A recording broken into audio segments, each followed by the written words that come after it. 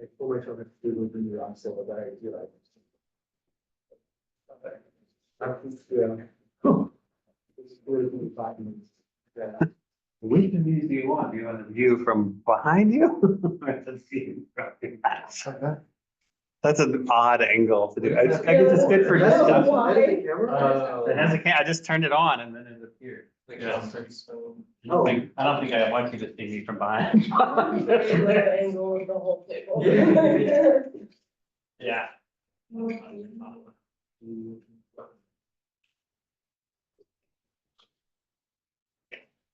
Yeah, I mean, it's good for, I guess it would be decent for, if everybody in the room was zooming, but it's like a really bad angle. It's like, oh, it's because it's like, no, it's just on a wire thing that's bent over time because it's like too heavy.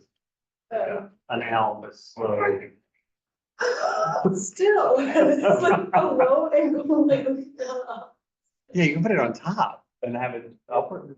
Whatever. And I want you to feel like you're part of this. I feel like you're part of the, underneath the table. It's like the dog's eye view or something.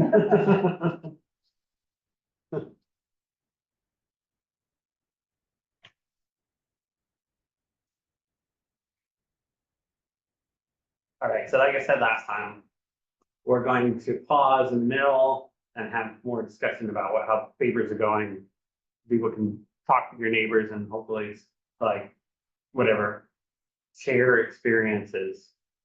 I would say that rather than commiserate. But anyway, that's I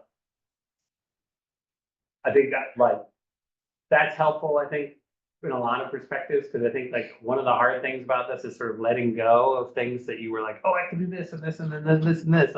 And then you're like, okay, I can't do this. I'm just going to do this smaller thing. That's okay. That's actually where you want to be in general.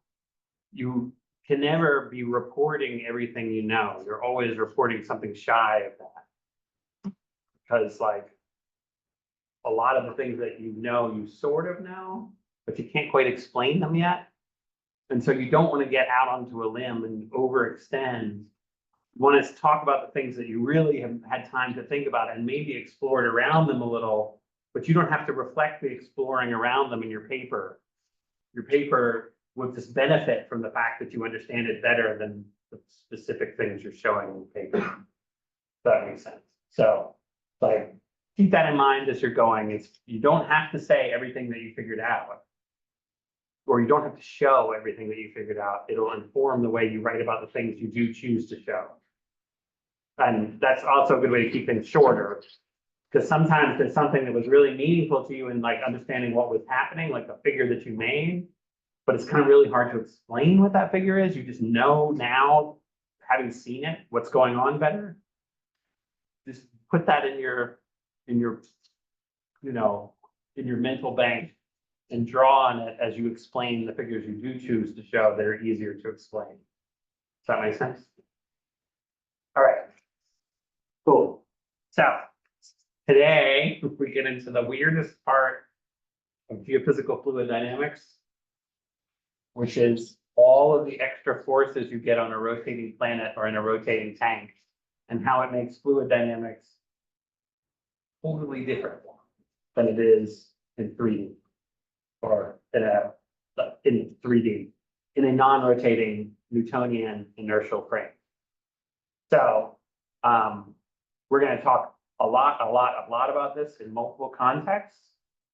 So today we're going to talk a little bit about the math of it and then show some of the consequences, but we're going to just continue with the consequences. It will eventually make sense, but it's going to seem very funny. One of the behaviors is if you push on something, it moves back. And it doesn't accelerate that way, it moves steadily that way. And so all of the like intuitions you have about like force applied results in acceleration, you're going to have to lose that to think about the rapidly rotating planet context.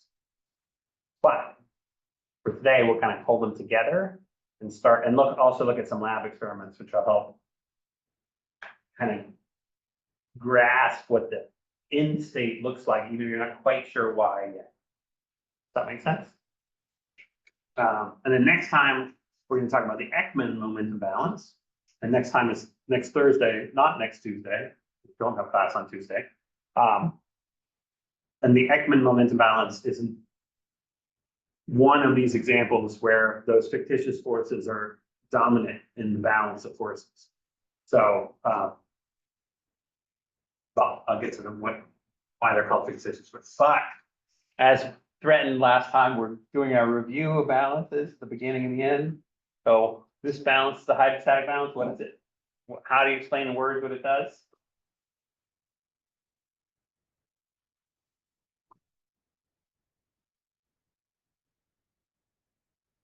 Balance between what and what?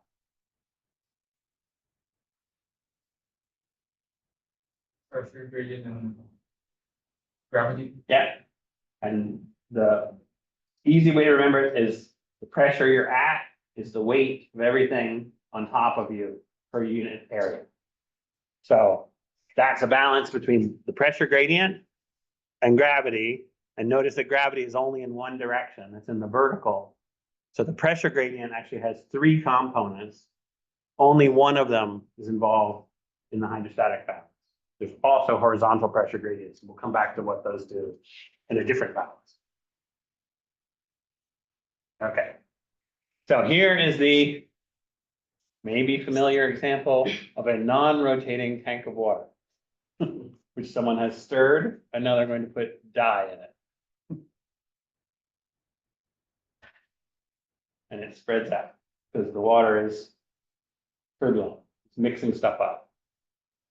This is a mirror on this side, so you're getting a side view from here, and then you're getting a top view from there. Just like that's the geometry of this setup.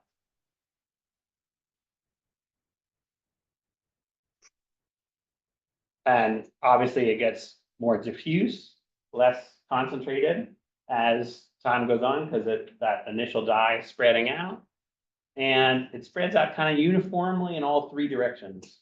I mean, maybe there's a little difference between up and down and side to side because of how the velocities are spotching around. It's pretty much a uniform kind of three-dimensional spreading process. And when you look up close, it looks kind of similar to what it looks like from far away.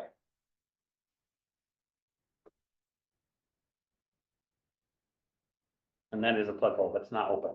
So there's no like flow out. Okay. Just sitting here looking at this up close as it's very slowly evolving. Okay, I think everybody knows what that is. So what happens?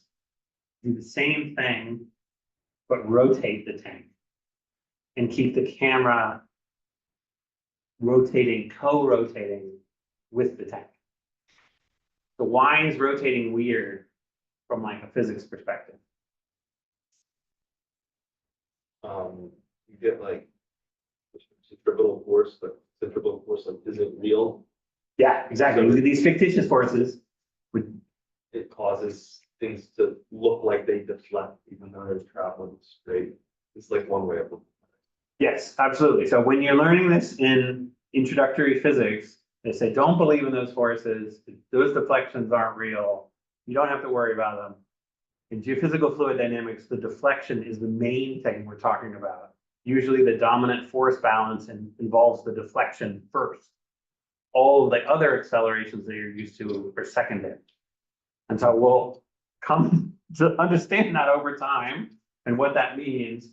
But basically, when you're on a rotating tank or in a rotating planet, Newton's laws don't apply the way that we're normally used to them applying because it's not an inertial frame of reference. It's an inertial frame of reference. There are forces around that don't have anything to do with forces being applied. And so we have to take account of them. And we could say, well, why don't we go out and sit on the stars and watch the Earth spin around? Any ideas why that's not a good thing to do? Or why it would be difficult to do it? It's not a good thing to do. We don't live there, so you have to like somehow measure from a place you can't access. That's one. Also, yeah. Well, all the other reference points are also moving. All the other reference points are also moving, like, so the coasts are zinging around, and so you have boundaries that are moving, which would be complicated. How about how fast is the planet rotating versus how fast things are moving relative to it? About how fast is like, a wind speed or a current in the ocean? Anybody have any guess based on looking at things you've looked at, or just intuition? The fast current in the ocean might be a meter a second, a half meter a second. So Gulf Stream is kind of in that territory. A typical ocean current is maybe 1 centimeter a second in the horizontal, and maybe less than that in the vertical, maybe just tens of meters over the course of a day in the vertical. So that's like very low velocities. How fast is the Earth moving? So like a lot faster. So what's this? So the Earth is 6,370 kilometers. That's the radius. So what's the circumference? 40,000 kilometers. And how fast does it go around? Everybody should know this. 1 day. So it's going 40,000 kilometers a day, or 40 divided by 24, over 1,000 kilometers per hour. So totally different from our little drifting velocities that are going 1 meter a second, right? Okay, so that's key. The relative velocity is much smaller than the planetary velocity. And so the majority of the velocity is consumed by the planetary velocity. And the planetary velocity, since it's going around in a circle, involves accelerations, constantly rotating the direction in which you're going. Okay, so now we have a rotating tank. Let's see what happens. Same experiment. Put some turbulence into the rotating tank.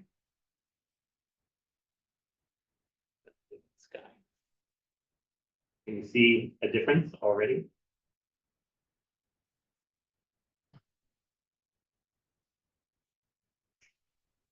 So what's happening? What's different?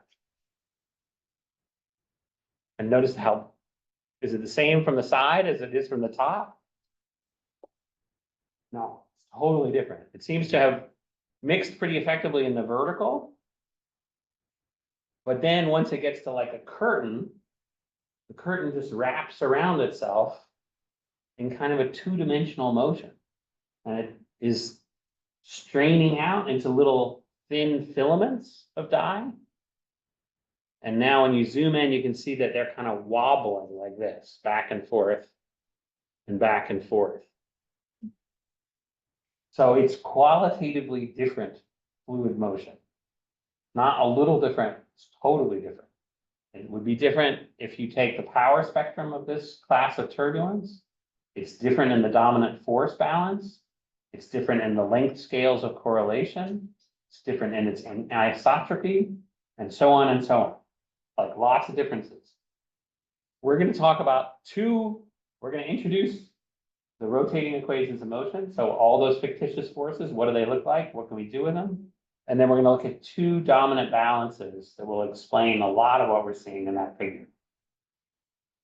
That will be our starting point where we're going to go. That makes sense to everybody? Okay. So we're going to introduce the rotating momentum equation with the Coriolis. If you were French, you would say Coriolis, which is how Coriolis said it. But anyway, you don't have to do that. And centrifugal forces, some implications of these forces in the absence of external forcing. So we're not messing around with pushing on it and seeing what happens. We're just thinking of that, like, what if things are moving, like in the absence of external forces case that we just kind of saw. The first thing we're going to see is the Taylor-Proudman theorem, which shows how rotation stiffens the fluid in the direction of the rotation axis. And then the second thing will be inertial oscillation. Okay. So, all right, good. Let's see. Here is our equation of motion that we've talked about already, but I want to go through it a little bit more slowly because we haven't quite talked about all the terms. So we had talked about the material acceleration. So this is the velocity. And in a Cartesian coordinate system, you can just say there are three different components. Each of them behaves kind of like an independent scalar. You don't have to mess with more complicated things. So this, what does the material acceleration mean? How do we think about it? The rate of change with time doing what? Following along with the fluid. So you can think of this as like little parcels of fluid are accelerating like cannonballs, like they were in the absence of everything else. That's the acceleration of each mass. That's the control mass perspective. And then this is our Reynolds transport theorem equivalent, which is the control volume perspective, where we have a tendency at a fixed point in space. This isn't the acceleration. This is how much the velocity at a point is changing, but it's not the same hunk of water because the water is moving by. So you're just sitting still at one point and measuring, like from a mooring, what's the velocity at a point? It's not the same mass of water. It's being replaced continually. This is the part that talks about the way that it's replaced. It's being transported by a velocity, and the thing that's being transported is the same velocity. So that's the wind carrying the wind's momentum. That's the flow carrying the flow's momentum term. Okay, so that's the acceleration side of the equation. This is the force side of the equation. There's the pressure gradient force, which is what we talked about in the hydrostatic balance. There's just pressure in a fluid because of the molecules are moving. It resists compression. And so one thing that you could do is balance this against gravity. You get your hydrostatic balance, but there could be other pressure gradients if the pressure is varying horizontally or for some other reason. So that's one important force that's almost always involved in the force balance. It depends on the differences, the gradient of pressure. So if the pressure is uniform, this force doesn't do anything. So if you have a hydrostatic fluid with the same density everywhere and the same surface height, even though the pressure is increasing with depth, it's not changing at each horizontal level. So there would be no horizontal pressure gradient force in that case. Just a vertical pressure gradient force that balances with gravity. And then external forces, gravity is the one we talked about. There are also going to be frictional forces that we're going to get into that we might think about, but that's what we'll introduce those later. We're not going to mess with them until we have to have them. Okay. So this is, we said this before, that this is Newton's second law. This is F equals, well, F over M equals A, right? This is our acceleration on this side. This is our forces per unit volume per unit mass, actually on this side, okay? So when does Newton's second law apply? Like Newton's first law applies, maybe, so maybe that. So first law is the things in motion tend to stay in motion. Do you think that works on a rotating planet? No, because like, which direction do you go? Like the planet's always moving out from underneath you. So in the frame of reference of the planet, that's not going to really apply. This had better not apply. This isn't going to apply either. At least for velocities that are measured on the rotating planet. So we're going to have to figure out how to correct from this velocity, the velocity that's measured on a rotating planet, and it's going to give us extra terms in the equation to give us the equivalent acceleration as though we were not on a rotating planet. Okay, guys? Okay. Okay, so here's our force diagram, which is going to appear for a bunch of slides. So imagine this could be the North Pole. We're rotating around the North Pole, or it could be the center of that tank. We're rotating around the center of the tank. And here's the origin somewhere on that rotation axis. You don't have to choose the origin on the rotation axis, but it gets very complicated if you don't. So let's keep it easy. So here's a vector C, and the vector C is supposed to be fixed in the rotation, in the rotating frame. So it's going like this, around and around. So its length, is its length changing? Its direction is changing. So it will inherently be something that has a magnitude and direction, like vector, that's affected by this rotation. Temperature, though it's hard to keep track of where it is, the temperature is not going to be affected by the rotation. It's just gonna, if you can track that same hunk of fluid, it would have the same temperature conservation law that we expect already. Okay. So now your bunch of angles, there's like a longitude, like there's like a co-latitude. No, he's using actual latitude. And then there's a perpendicular vector, which is like that. Then there's a unit vector directed in that direction. And then there's omega, the rotation rate. So this is like 2 pi over 24 hours, pointing along the rotation axis, cross product with this little c. So what's omega cross c? You might remember your right hand rules. So you start with omega, and then you bend your fingers over to c, and that gives you the direction. So it's going that way. It's perpendicular to both c and omega. That's one of the properties. And what's the magnitude of the cross product?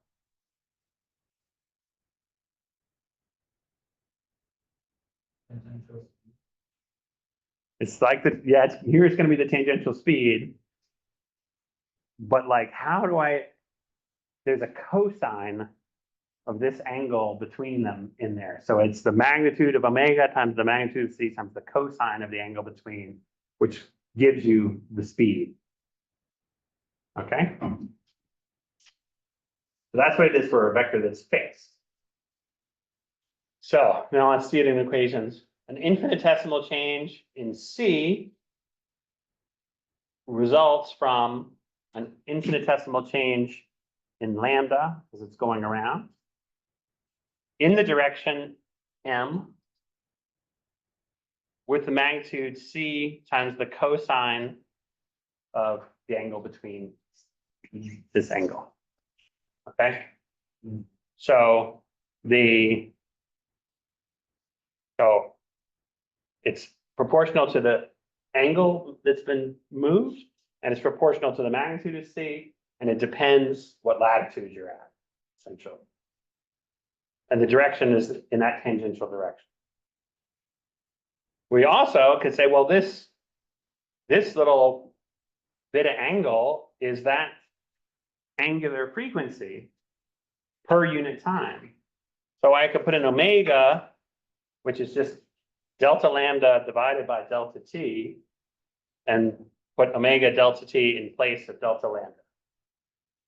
So that's like per unit time, I get omega in there. This cosine, this direction, tells me that it's omega cross c, to take care of m and the cosine and get rid of the absolute value. Okay, so this one is the same as that one. Now we can move the dt to the other side, and we have an acceleration as seen in the non-rotating frame of a vector that is fixed in a rotating frame. It's omega cross c. Yes. Is it acceleration, like is c a velocity? Sorry, it's not, you're right. It's the rate of change of a vector. We have not yet decided that it's a velocity, that c is a velocity or a position. Okay. We just say it's a fixed vector, it's fixed in the rotating frame. I guess it's a position if you want. Yeah. We're gonna jump to that in just a second. I jumped ahead. Okay. Everybody on board with this? All right, next one. What if there's relative motion in the rotating frame? Where you would just add whatever the change of the vector was as observed in the rotating frame to the change, to that part we just got, sum them up, and now that's what you'd see elsewhere. So this constant part is this one, plus if I'm wiggling my finger on the end, I'm just adding the vector of wiggling my finger at the end to the vector of this one, and I get the total as seen in the non-rotating frame. Okay? Let's do it with the vector being position. d dt of the position is d dt of the position as observed in the rotating frame plus omega cross the position. This is the velocity in the inertial frame. This is the velocity in the rotating frame. This is the planetary velocity. It's the one that's the thing that's connecting the rotating to the non-rotating form. So sometimes we call this the absolute velocity, the relative velocity, the planetary velocity. That's what we would call it on Earth. But you also might call this the inertial, this the rotating frame, and this one the angular momentum, or the angular velocity. Okay. But we're not ready to do Newton's laws with this. Why not?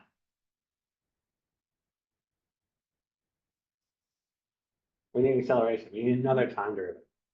What's going to happen when we take another time derivative? Just looking at this one. We're going to take the time derivative again on this side and get the acceleration of the inertial frame. We're going to stick this whole object in as b. And then compose the function on itself a second time. So we will apply this function twice. So we take that formula, now we plug in the results for the rotating velocity from last time. So the rotating frame velocity as seen in the inertial frame is just this function. But this guy is just the inertial frame minus omega cross r. And then we do it again. And now we pull out just ddt of the inertial velocity as seen in the inertial frame. This is our Newton's second law of acceleration, which is related to the rotating velocity as seen in the rotating frame. That's our acceleration as we measure it in the rotating frame. And then we get all of this extra stuff. If the rotation rate of the frame is constant, we can drop this one. It's called the Euler force. And we get this guy from,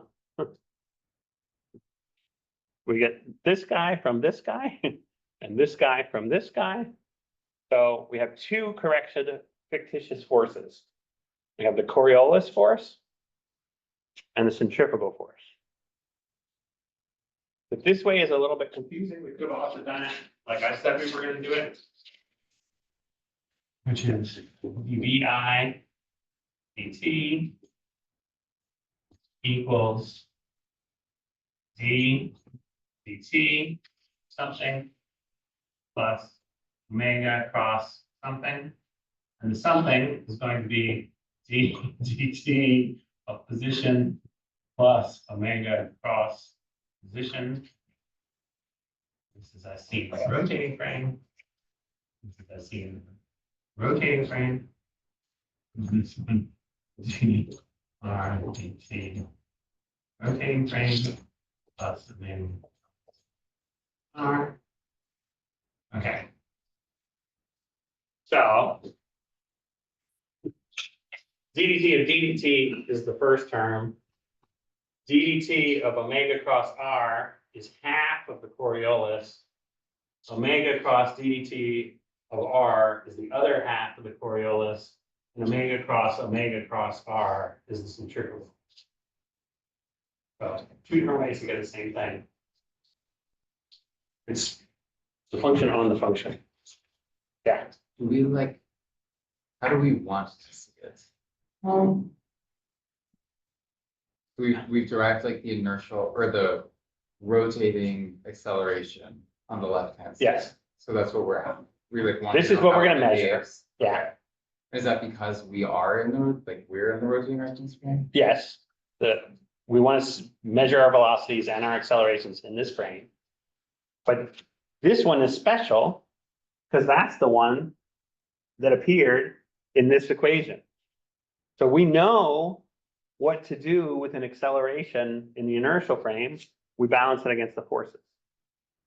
So that will still be true, that This guy, we can replace by the balance of forces. But this guy and this guy will be extra. So we're getting two extra forces. They're kind of like forces because you write them on the force side of the equation, but you could also think of them as extra accelerations by writing them on the left side. There's no, they don't have any masses or anything in them. They're purely inertial. They just have to do with the frame translations. So you can't, it's not, they're not really forces. They're this fancy thing we have to do because we'd like to measure things on a rotating planet. And we use a rotating tank to simulate a rotating planet, because this is also true in the rotating tank. You're getting Coriolis force and the centrifugal force there too, in a kind of similar way. If we're spinning the camera with this. Okay. So let's stare at these terms and see what they do a little. All right, the Coriolis force, omega cross VR. So it could be pointed in almost any direction. It can't point in the direction of the rotation axis because the cross product of something is never going, it's going to be perpendicular to both of these. And it's really weird because it's perpendicular to the velocity as well. So it's perpendicular to the rotation axis, it's perpendicular to the velocity. It's proportional to velocity, so there is no Coriolis force on bodies that are stationary in the rotating frame. You're just going around and around, no Coriolis force. So the people like to, in the old days, everybody used to ride on these merry-go-rounds at the playground. They don't really have them anymore because they're really dangerous, because you can get like a foot caught underneath. Anyway, but they're really fun. You normally were not experiencing the Coriolis force very much. I guess if you're going from horse to horse on a carousel, you would have a hard time walking in a straight line because this would be veering you off to one direction.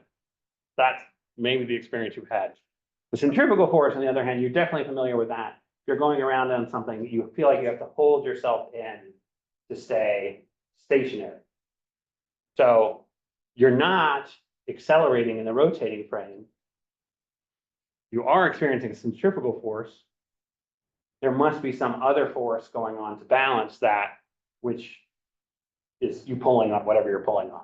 That'll be similar in the fluid problem. The Coriolis force acts to deflect moving bodies at right angles to their direction of travel. This is perpendicular to the direction of travel, and it's perpendicular to the rotation axis. The Coriolis force does no work on a body because it's perpendicular to the velocity. So if I wanted to turn this into an energy equation, I dot it into VR, and I would get rate of change of kinetic energy here. I would get 0 here. So this force does no work. Okay. What about the centrifugal force? The centrifugal force, another way to think of this is the part of the position that's not perpendicular to the rotation axis doesn't count. It gets canceled out by this cross product. So you could say this is just omega, omega, r perpendicular. So whatever the distance is perpendicular from the rotation axis. And so this, and so this cross this, cross this. And then you can use one of your cross products to dot product conversion formulas. Write it like this. Omega dot r perp, they're perpendicular, so that's 0. So it's omega dot omega r perp. So this thing, in terms of r perp, it's just the magnitude of omega squared times the perpendicular arm from and the nice thing about this is that it can always be written as the gradient of this function down here. And why that's nice is a force that is a gradient of something is conservative. So it can exchange energy, but if you go back to the same point, it's conservative. And it also looks an awful lot like one of the other forces we've already talked about, which is the force of gravity, which also has a potential form like this. but we can add them together. This one doesn't depend on your velocity, it just depends on your position. So wherever you are in the rotating frame, that just has a number that's like, this is how much centrifugal force you're feeling. The same is true of gravity, right? Wherever you are, there's gravity pulling you towards the middle of the planet. Both of those are just functions of position. So we can add them together and make one combined force, which is centrifugal and gravity together, which is in fact what we experience. But when I drop this, it doesn't actually fall down force of gravity. It falls down the combined force of gravity and the centrifugal acceleration of the Earth. That follows both. So like a line hanging straight down, it's not hanging along the axis of gravity towards the center of the Earth. It's a little bit deflected because of the centrifugal force. Okay, so our inertial frame momentum equation becomes a rotating frame with the Coriolis force written like this. Sorry, that could be 2 omega if you prefer, which is just this, plus this, plus this. So that's just expanding on the material derivative, which is this. The combination of all the conservative forces, so that's centrifugal force plus gravity, and then any non-conservative forces like friction riding on the outside, or external forces like gravity. You could add in other forces as well, but you can put gravity together with the centrifugal force there. And so this is what you should think. So just like the dropped one, the vertical is the direction that combines gravity plus the centrifugal. The centrifugal always points out along a perpendicular from the rotation axis, and gravity always points to the center. Well, assuming the mass distribution is uniform, which it isn't. Anyway, we'll forget about that. Uniform mass distribution Earth, then it has a center of mass that's right in the center, and gravity points to the center. So the local vertical is actually a little bit toward the opposite pole from the center of the Earth. So when I point straight down, I'm not pointing at the center of the Earth. I'm pointing a little bit down the rotation axis toward South Pole. Okay. Now, if you look at this very carefully, you might notice that it's fatter this way than this way. Why would that be?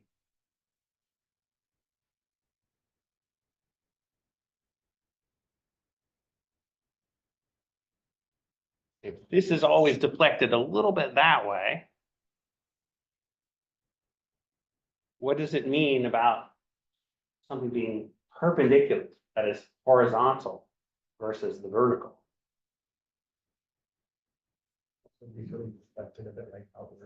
It's deflected a little bit outward. So it's not, the Earth is not a sphere.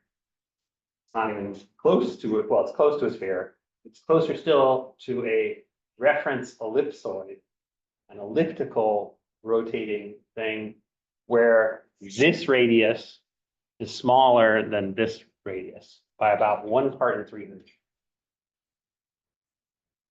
Which you can work out from what we've already talked about today. This is an equipotential surface. It's the same amount of energy. You don't experience a force if you're sliding around on it slowly, because the gravitational centrifugal combination is perpendicular to the surface. So you can slide around on that surface without experiencing any gravity plus centrifugal. This is also very, very close to what the surface of the ocean would do if it wasn't moving. It would form this, and not coincidentally, this is close to what the solid Earth does as well, except there are other things that make mountains and valleys and things that don't have to do with this, that messes with this symmetry first. Okay. What about the rotating tank? Now we got the centrifugal outward from the rotation axis and gravity vertical, or actually the combination of the Earth centrifugal plus gravity in vertical, but anyway, just call that gravity for short because it's mostly the gravity one. So there's a net force it's a little bit angled out. So it is angled like this. A little bit away. And so this is the equipotential surface that non-moving water adheres to. It's a parabola, actually. So here's the biggest trick question. Now look at this rotating tank from the non-rotating frame. What forces are being experienced by a particle on this surface? What's its trajectory? In the rotating frame, this is motionless. But standing outside of the rotating frame, what's it doing? It's going around and around and around. Why is it going around and around? Is it experiencing any forces? Has to be, because it's accelerating, it's going around. What's causing the acceleration?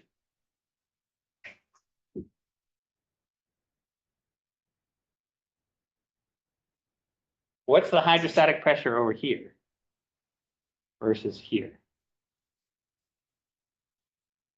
It's bigger down here, right? Because there's more weight above you. There's more water on top of you than here. So there's high pressure here and low pressure here. There's a pressure gradient force associated with this surface tilt. And that pressure gradient force is pushing the fluid toward the middle everywhere, which is exactly the amount of acceleration you need to go around and around in circles. So it's motionless in the rotating frame, and there's a balance between the centrifugal force and gravity, but it is moving and accelerated by the pressure gradient force in the non-rotating frame. So effectively, the centrifugal force is being canceled out by the pressure gradient force. And so this is really confusing. That's also true here. That the centrifugal force would often be canceled out by a pressure gradient force. You're moving around, so you're not experiencing any net forces when you're staying on the surface. So Newton's first law sets something in motion. Does it go in a straight line in the inertial frame? No, it doesn't. It goes in sort of a spiraling pattern because it's experiencing all these funny pressure gradient forces that are residual from finding this balance in the rotating frame. Okay, so it's a little bit confusing to think about all these things all at the same time. That's a lot confusing.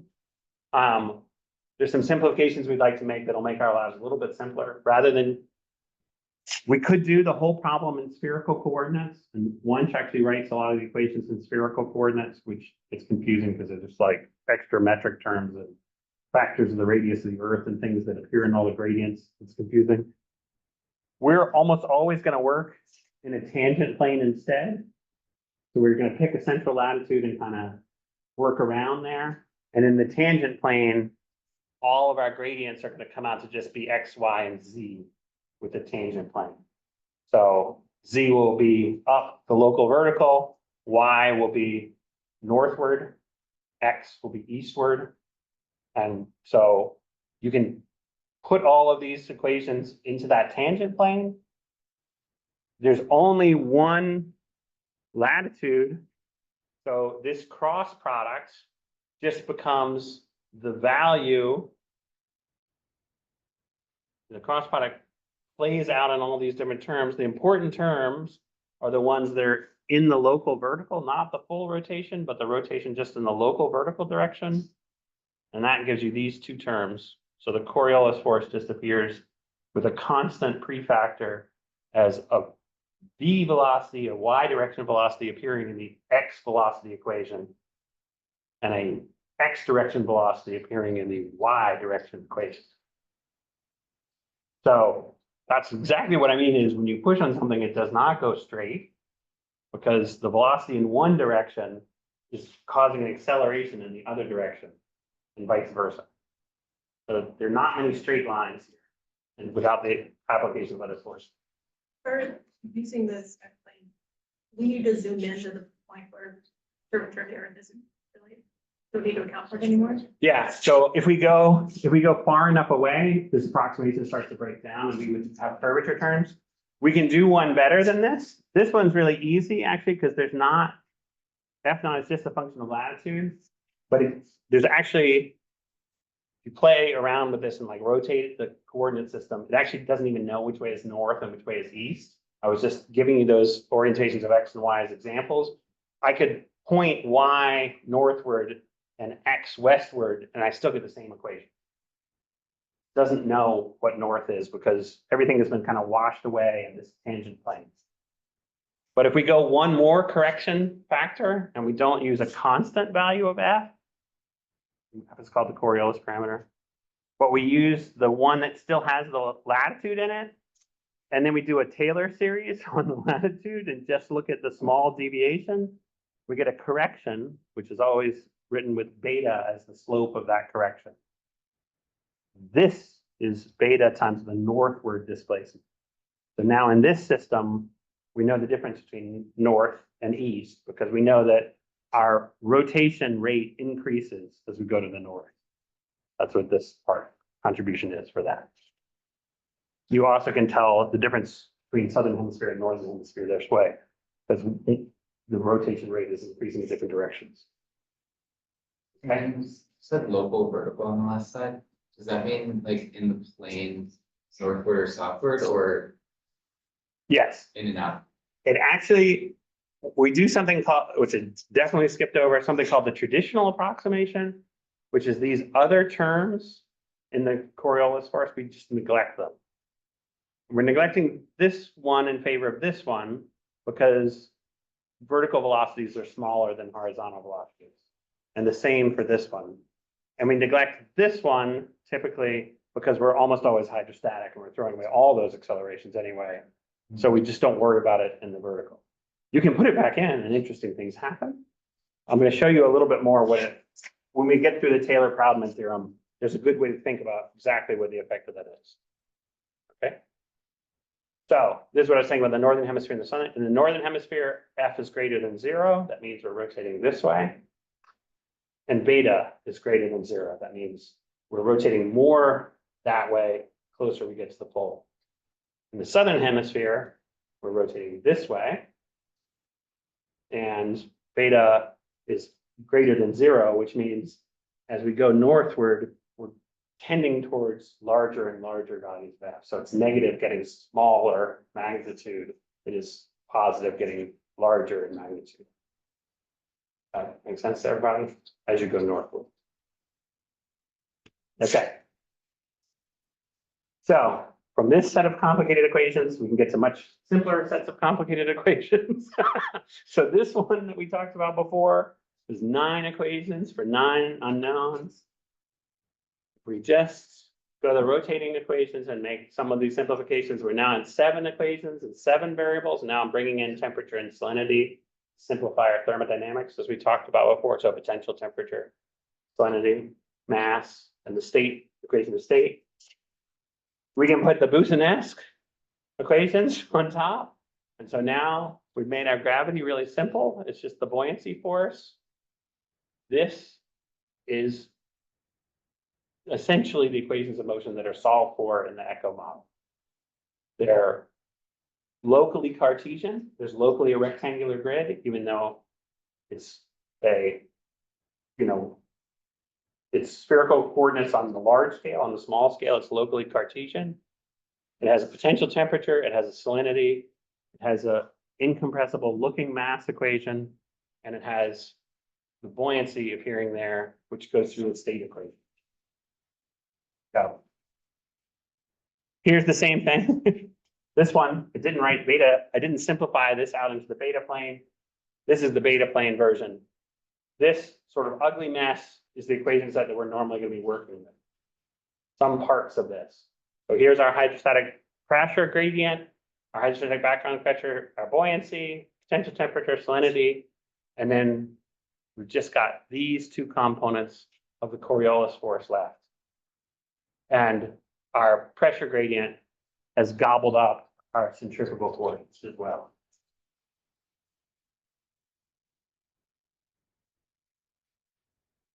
Oh, no, actually, our centrifugal force, sorry, is gobbled up into the buoyancy. Because Z is upward, not gravity wise. Okay? I know that's a lot of things. We're gonna keep looking at these and making approximations of these until you feel really comfortable and familiar with all the terms in this equation and what it means in different settings. Beta plane, the same as plane. So beta plane is the one where F changes with latitude, Over. but otherwise it's the same. And we're gonna find out that we actually need that because our oceans can tell the difference between east and west.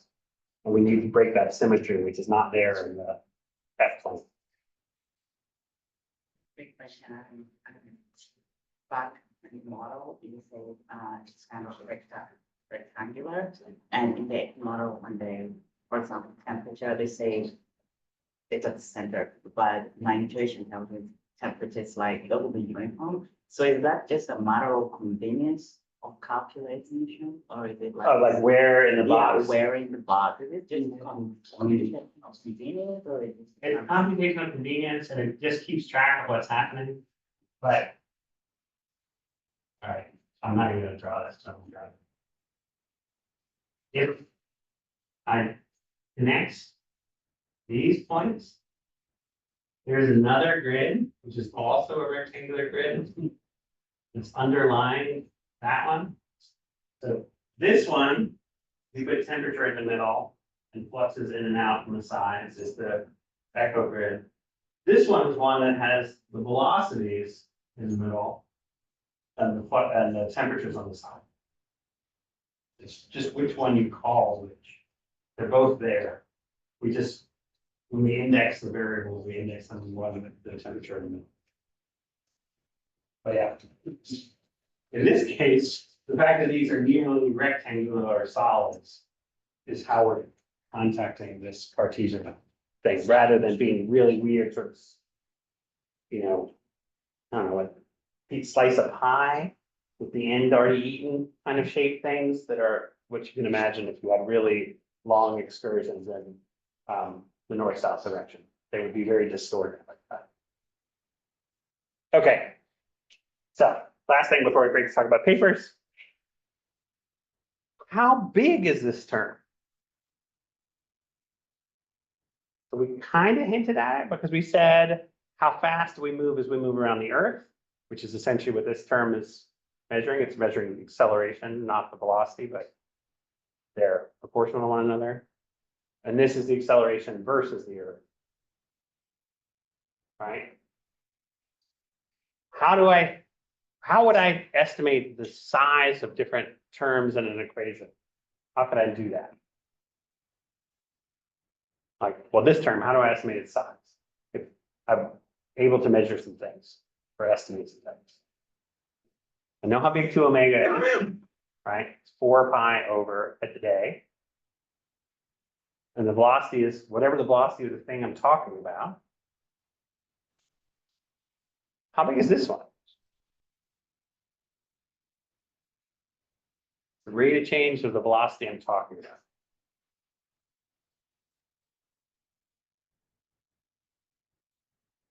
What might set a time scale to go with that?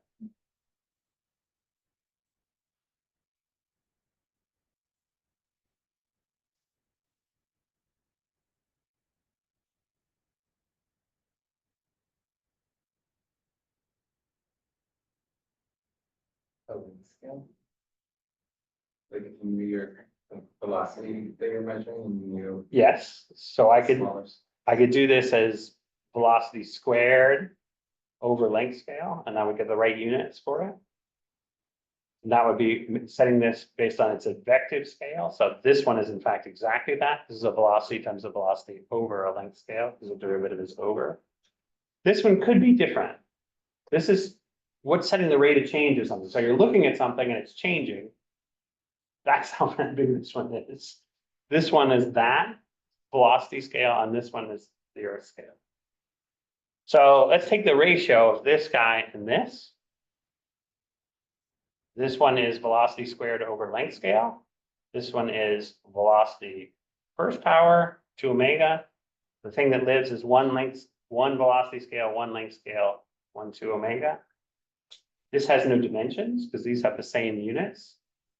That's a dimensionless number called the Rossby number, which we're going to talk about a lot. This one, to be technical, is the advective Rossby number because it's the advection term versus this.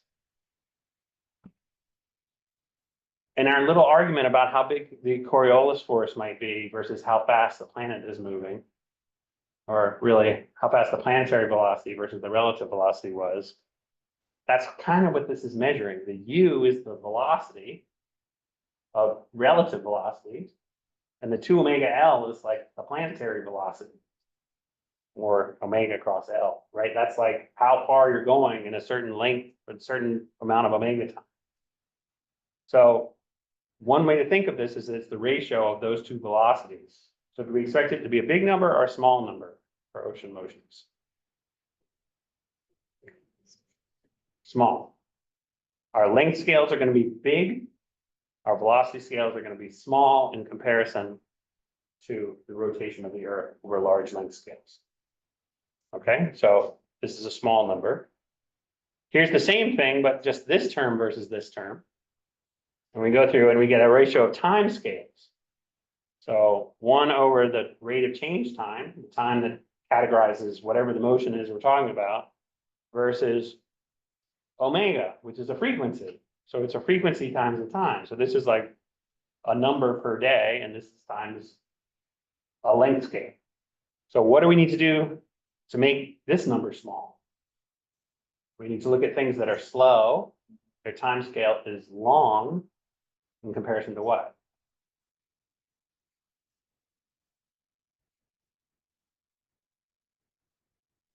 A day.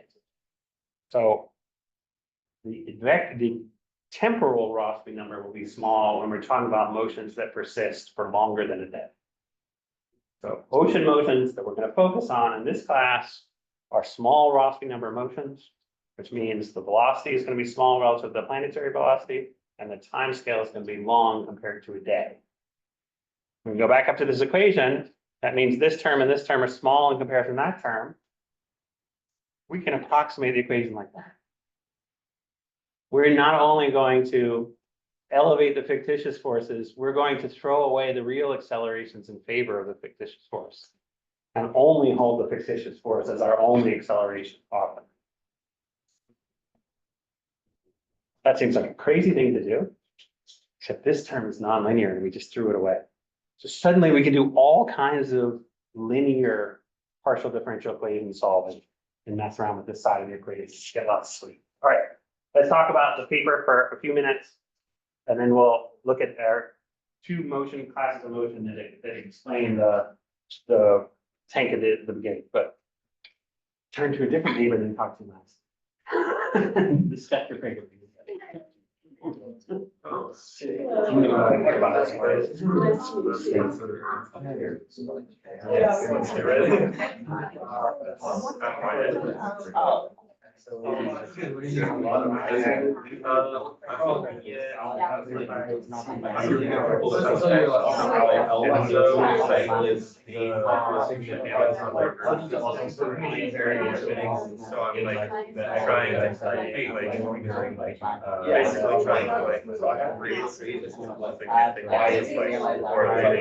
Basically, I index, so like, the raw like data. To see if I like during one time, like raise the bar, or discharge the bar, or.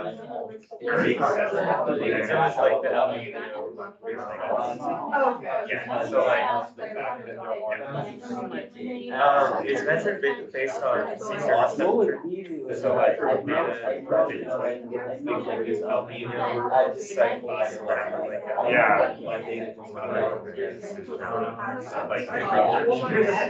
I know, and like, that's like white rise.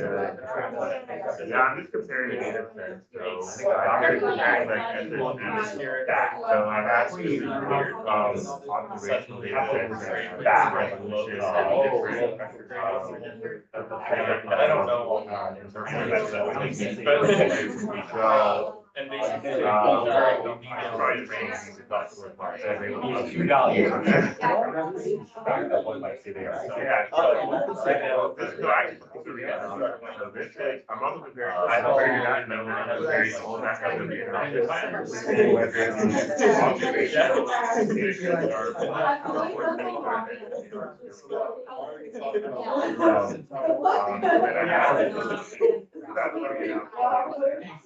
the, low resolution. No, And then that's the higher resolution. Like starts to I need to like start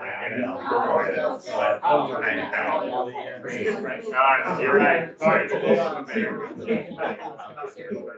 Correct. I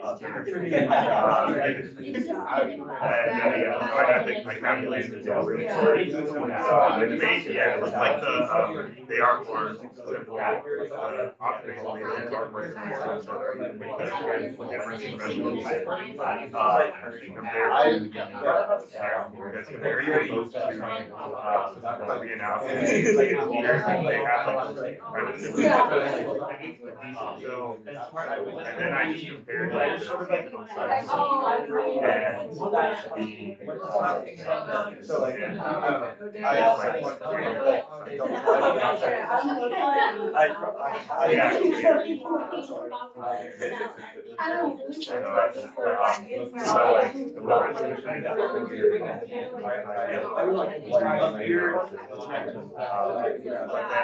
Yeah, but in general, the observation is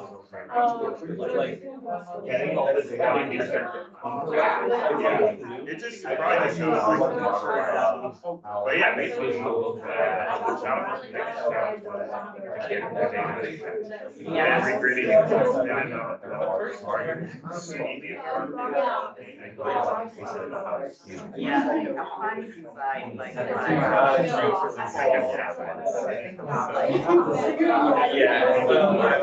yeah, I don't think it'll get much.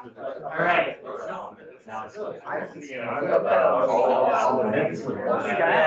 Yes.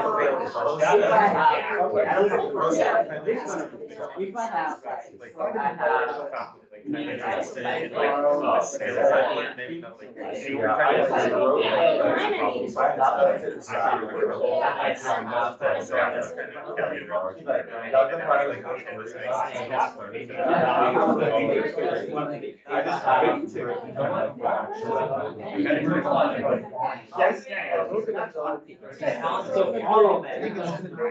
If I saw the cat, like I have them. That's the one thing, that's like. They're the same concept, so it's like. Yeah.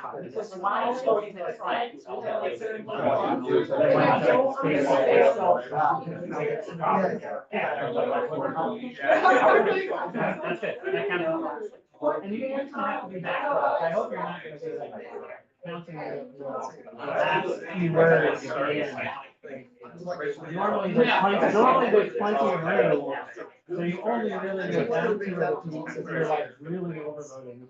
Yeah, what I'm thinking, like, one page is 500 words, so I saw like the number of pages. Right, exactly, so when you do like 6 figures. And 6. All right, everybody. Did anybody come to any major discoveries in your discussion, should you want to share with everyone? Any major conclusions about the process at this stage? Minor conclusions? Fears? Joys? Successes? So, yeah. So we were talking about how like writing the actual paper is actually a challenge for us. Because it's Neil's a freshman, so he's like, he didn't do much like paper writing. So like trying to write the introduction methodology and abstract is like both challenge for us, and we realize how hard it is like to write those parts and to know what to put in those like different parts of the paper. Yeah, absolutely. And so this is where I said, ChatGPT can be helpful in showing you what goes where. The papers from last year can be helpful in showing you what goes where. And like a lot of the first stage of writing is just figuring out like, I've got a sentence, where do I put this sentence? all of the figures, except for maybe a map, will be in the middle part. You know, like the words around them are gonna be in that same middle part, but then like, we know, a reference to another paper could end up in a couple places, but you know, like probably it goes the introduction first. And so like those rules are hard to get used to. So, one of the things that I like about this class is that it's sort of an equalizer, because there are lots of people who are very comfortable in the writing part, but the quantitative stuff is really like not their strength. And then there are a lot of people who are good at the quantitative stuff, and then there are a lot of people who are good at the coding stuff, but pencil and paper equations and writing is a weakness, so it all kind of works out in the middle. And the most important thing is, like I said, this one, we're just trying to get through it and survive. Keep your goals low, keep your aims modest. Just try and get something done that holds together. And the next time it'll be easier because you'll have a better idea of what the difficult parts will be and how big of a problem you should take on. The biggest problems are when you take on too big of a problem and then you have to cut it back and you can't figure out how to do it because you're already committed and you've got all these figures and like whatever. Don't need to do that. That's not what we're trying to do. We want to touch on key ideas that we're talking about in class in a perspective that has a little bit more creativity in it. That's what we're targeting for the paper, which does not mean, you know, if you wrote the same paper after working on the same problem for a couple of years, you would write a different paper with more detail, but you probably would have the same outline that you have after messing around with it for 2 weeks. But we just want to get to the kind of outline with a little bit fleshed out version. That's our target for this. That makes sense?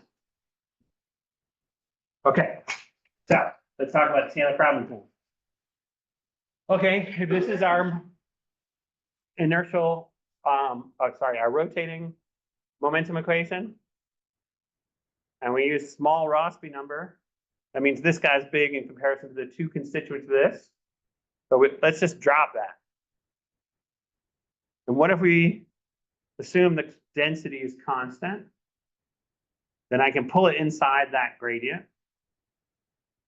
This. Oh, that's a mistake. That shouldn't be there. It should just be pressure over density. And I can combine these two together. Ooh, that's bothering me. Sorry. And then let's neglect any friction or external force. So now we have this simple equation which says the gradient of the pressure and gravity, all the conservative forces, balance against Coriolis force by itself. What if we take the curl of both sides of the equation? The curl of the gradient is 0. That's gone. So the curl of the Coriolis force, 0. And this is starting to get to be so simple that we can just interpret that. So we can play around with this, with the calculus identities and expand this whole thing out. And we get terms that look like the velocity kind of affecting the gradient of the rotation. And we get things that are like the rotation affecting the gradient of the velocity. And then we get a divergence of velocity and a divergence of the rotation. But if the rotation is constant in space, it's always the same everywhere, like we have a solid body rotation. This term is gone, and this term is gone. And our flow, our Boussinesq flow, is nearly divergenceless. So that one is gone. So there's only this term. There's one term that survives this machinery. So how do I interpret this term? I've got velocity, and I'm thinking about its variation in what direction.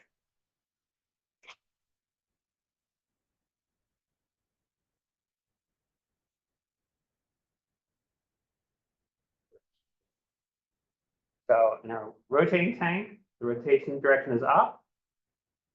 This says the variation in velocity in the upward direction is 0.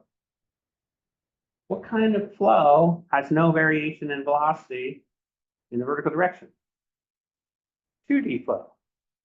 It goes around in stiff little columns or curtains of motion, which is exactly what we saw in the tank. So this theorem by G.I. Taylor and Proudman Yeah, Taylor is like the inventor of rotating fluid dynamics. He had a lab and he did all these experiments. The most famous one being, so what happens if you have a little obstacle in a rotating tank and you try to move on to the obstacle? Like you try and push fluid onto it.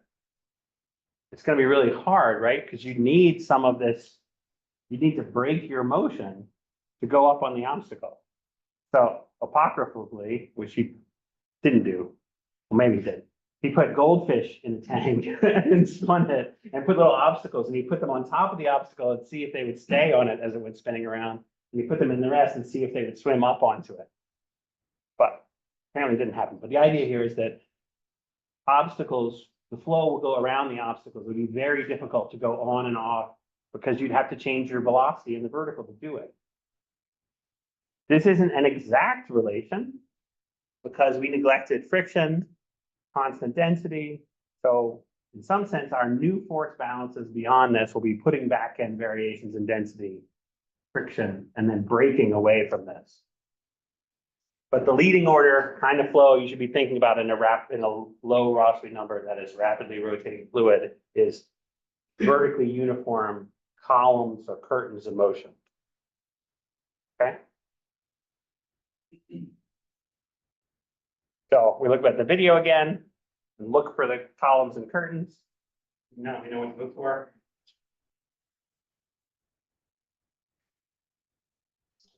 So the flow is moving, spreading out in the vertical, but then once it does, it just moves, you know, in these vertical sheets, not turning over, because it can't turn over, because that would be a violation of the velocity. The velocity would be different at the top and the bottom. In this flow, which we're going to get into later, this is a flow that we would call barotropic. All of the forces are from the surface, the sea surface height, and it's kind of random in this, except for that bowing upwards because of the rotation of the tank. And so in a barotropic flow, we would adhere to the Taylor-Proudman theorem, and we would see motion that looks quasi 2D. Okay, now what about that little wobble? Is that consistent with Taylor-Proudman? It looks kind of like the top part and the bottom part are going like this. So is that consistent with the Taylor-Proudman theorem? No, because there's a velocity difference between the top and the bottom. So one of the terms we left out is there. That's the other motion we want to describe. But we're going to come back to that in a second. So this is kind of what we saw. We get these columns. The columns move around and they form these sheets. So sometimes they're called Taylor columns, but it would be more consonant if we call them Taylor towers and Proudman pillars. But anyway, I've been pushing this for decades. Nobody is stopping. Anyway,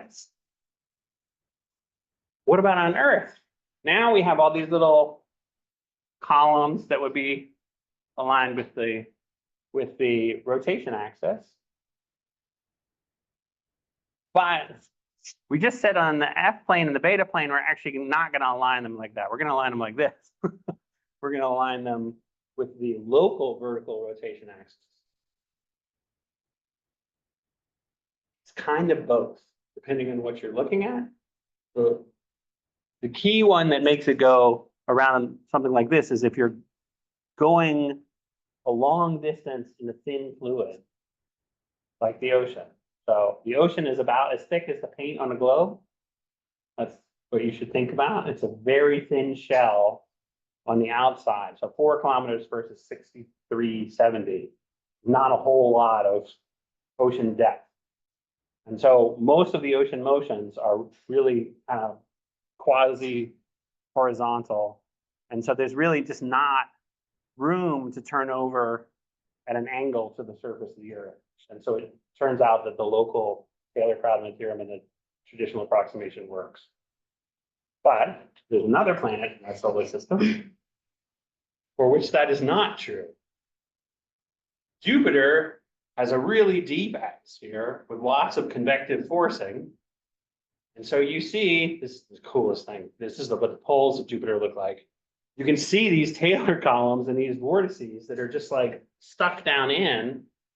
But then from the side, you can also see them penetrating, like you can imagine that this guy is going all the way down to there, and maybe that's the other side of it. So they are penetrating quite far, and they're aligned with the rotation axis, not so much in the vertical. Then they have simulations, and depending on how convective it is and whether you're at the equator or far off, you get variations in how well that works. But anyway, this is one of the big questions about, and in models, you can't exactly distinguish. You can get both limits depending on how you set like the cloud physics parameters and things. But one of the things that's cool thing about Native Jupyter does have this. Okay. Oh, Taylor-Brown theorem. So as we said, it's going to be violated if we have friction. It'll be violated if we have time dependence. It'll be violated if we have density variations. But we're actually still going to find a way to rescue it often and still use it to think about fluids being stiffened by the vertical rotation. But let's think about time dependence. That's the last piece that I wanted to talk about here. This is just more talking about Taylor problem. Is it really the local vertical or is it the total full thing? We already been talking about that. We already talked about the wobbling. Let's just hear the wobbling. Okay, one, if we take a slightly different, we take a small Rossby number, but only versus the advection term, but let the time dependence term stay. So what if these two are the same size? And you might say, how in a fluid do you get a time dependence without a velocity? It's waves. So it's this wave-like motion that we're going to allowing to persist by saying this part, the wavy part, could balance the Coriolis force. And again, we're going to throw in the terms of the other side. So, and here's why small Rossby is lovely. That's a linear differential equation. We can just solve it. So plug in for the V parts. Here's the solution. Okay, so what does the solution look like? It looks like U varies as cosine. And then it also has a contribution that varies as sine. It depends on the V. And V varies as cosine minus sine. So in time, the cosine and the sine are chasing each other in the U direction. And the cosine and the sine are chasing each other in the V direction. So what's the motion that actually has cosines and sines chasing each other in both directions?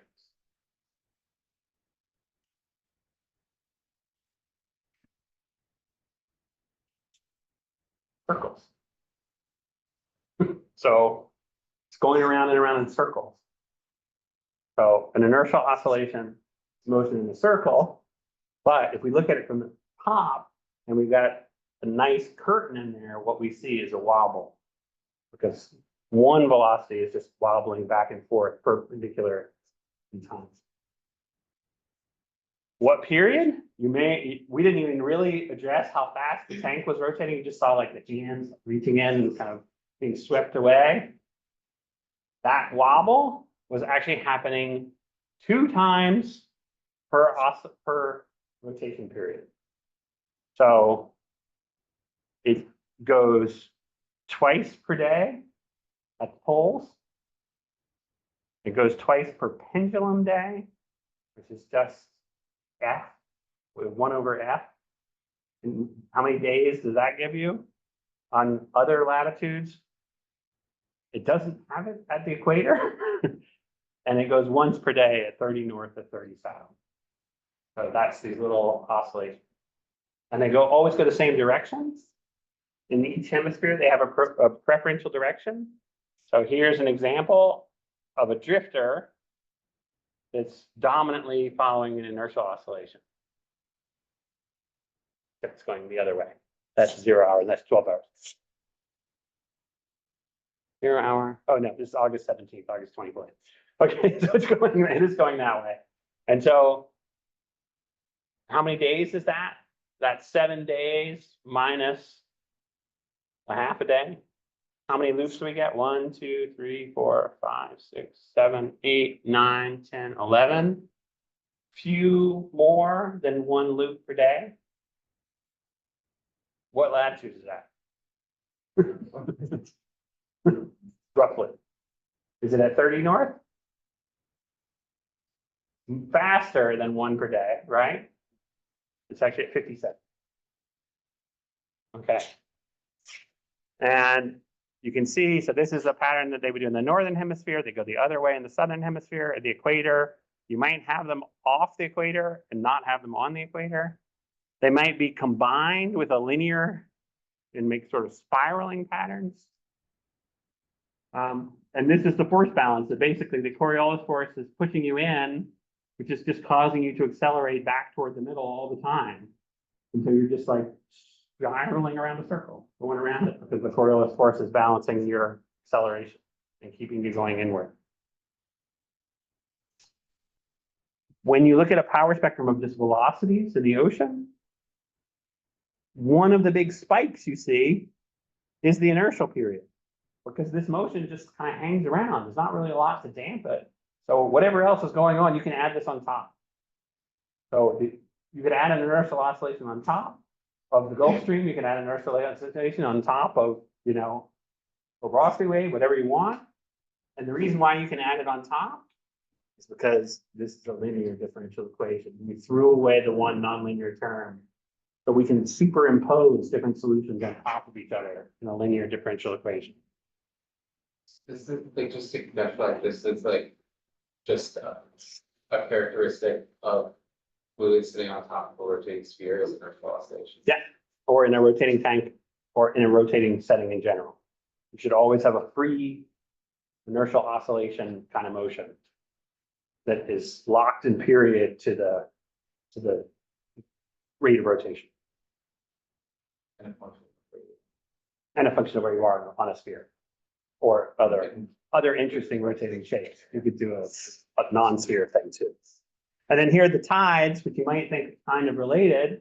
They are related because, like, you know, the rotation of the Earth is either pointing at the moon or it's not pointing at the moon at different times, and that's giving you all the tidal frequencies. So they're kind of in the same ballpark in terms of orders of magnitude. Except this is the M2 tide, which means when you're close to the moon and far from the moon, and this is the twice per day one. Okay. So if you want to see how this works and start to gain intuition for what's happening in both frames at the same time, I made a little ocean model that you can download. It's on my webpage, and you can run this and you can play games with like turning on and off forces, see how this works, and try and gain more intuition for what it's like. It just does inertial oscillations in the presence of other pressure gradients. Okay, that's it for today. So next time we will have a paper on Saturday. Next Thursday. We're supposed to get our comments back to everybody by Wednesday, I think, on the review. Maybe it's a little later than that, but I will get mine back to you by Wednesday. So as soon as I get all the papers from you, I'm gonna scramble them for the peer review, and people will get them. Remember, you have the little peer primer. It will help you kind of figure out what to do. And I'll, if you have questions about that, feel free to send me an email. Thanks. Oh, is that the